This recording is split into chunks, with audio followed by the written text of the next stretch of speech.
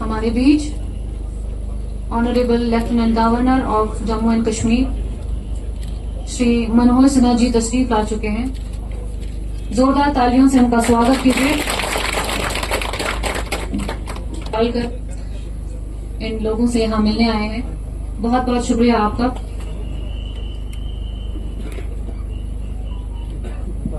راشٹرگان کے سمان میں کھڑے ہو جائیں.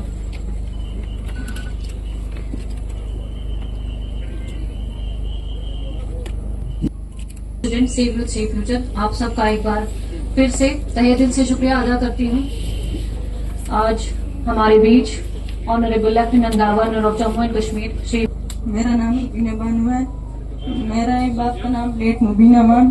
سر میں اسی گاؤں درد پورہ سے تعلق رکھنے والی ایک یتیم لڑکی اس گاؤں کو شہید بیواؤں اور یتیموں کا مطلب شہر بھی کہا جاتا ہے.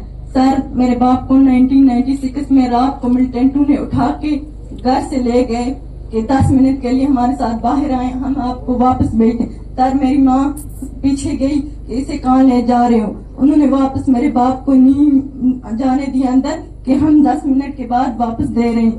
لیکن 10 منٹ کیا 2 دن گزر گئے. میری ماں 2 دن تک میرے باپ کو ڈھونڈتی رہی, میرا باپ نہیں ملا. 2 دن بعد جب ہمارے گاؤں والے مویشی چرانے جنگل میں گئے, وہاں پہ میرے باپ کی لاش پڑی تھی. پھر ہمارے گھر پہ اطلاع دی گئی میری ماں کو. میری ماں کہیں اور ڈھونڈ رہی تھی. پھر میری ماں وہاں سے لوٹ کے وہاں جنگل میں پہنچی, لوگ بھی پہنچے اور پولیس بھی پہنچی. انہوں نے میرے باپ کو لا کر گھر میں مطلب ڈیڈ باڈی گھر لائی. سر میری ماں اس نے ہمیں مطلب بڑی مشکل سے مزدوری کر کے پالا, پڑھایا, لکھایا بھیک مانگ کے.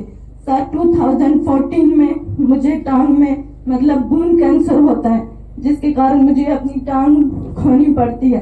ہمارے پاس اتنا پیسہ نہیں تھا یا کوئی روزگار نہیں تھا کہ میں مطلب میری ماں میرا علاج کرواتی.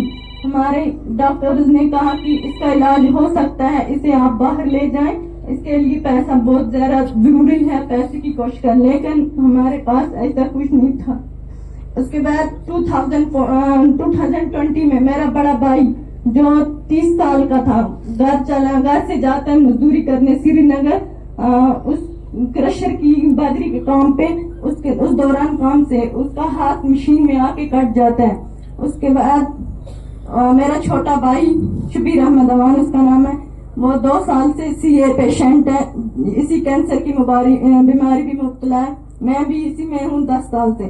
سر ہم ہر ایک لیول پہ گئے, مطلب ہر ایک منسٹرز کے پاس, جتنی بھی حکومتیں آئی سب کے پاس گئے, کسی نے ہماری ہیلپ نہیں کی, ہماری مدد نہیں سنی.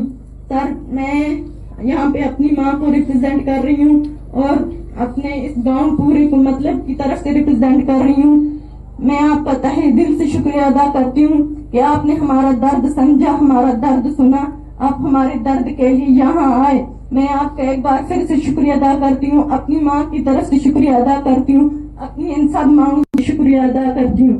سر یہاں پہ وڈوز ہوئی ہیں, یہاں سے 450 گھر اجڑے ہیں, 450 بیواؤں کی مطلب بچے یتیم ہوئے. سر ہم آپ سے بہت امید لگا کے آئے ہیں, تو اس لیے ہمارا دکھ سمجھتے ہیں, آپ ہمارا دکھ سمجھیں.